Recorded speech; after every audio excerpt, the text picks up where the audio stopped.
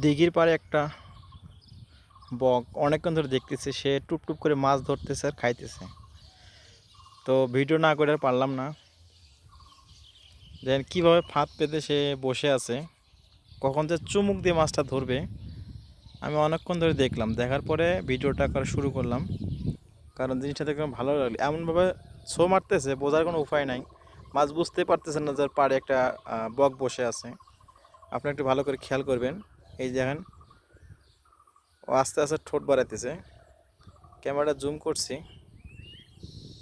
দেখতে পারতেছেন ও সুন্দরভাবে বসে আছে। আমি আরেক কাছে একটু যাই, কারণ দূরে তো এই জন্য স্পষ্ট দেখা যাচ্ছে না, তবে কাছে গিয়ে দেখানোর চেষ্টা করতেছি। যেন সে ফাঁদ পেতে বসে আছে।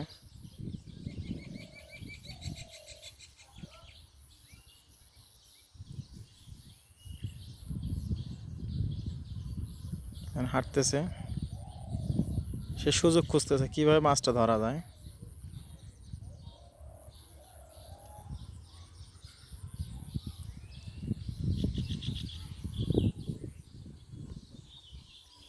সে সুযোগে সদ্ব্যবহার করবে, এই জন্য ফাঁদ পেতে বসে আছে।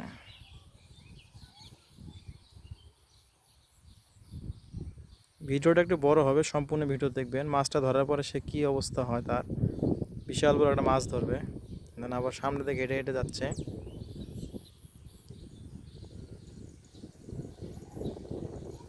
একটু উঁচুতে গিয়ে বসলো, মাছ যেন বুঝতে না পারে যে শিকার করার জন্য বসে আছে।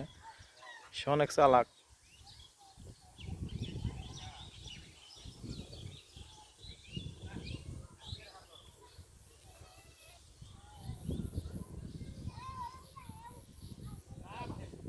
সে মনে হয় আমার ভিডিও করা বুঝতে পারছে, এজন্য সামনের দিকে এগিয়ে যাচ্ছে।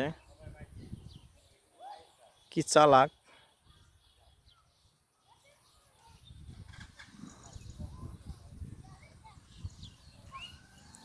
অনেক চালাক।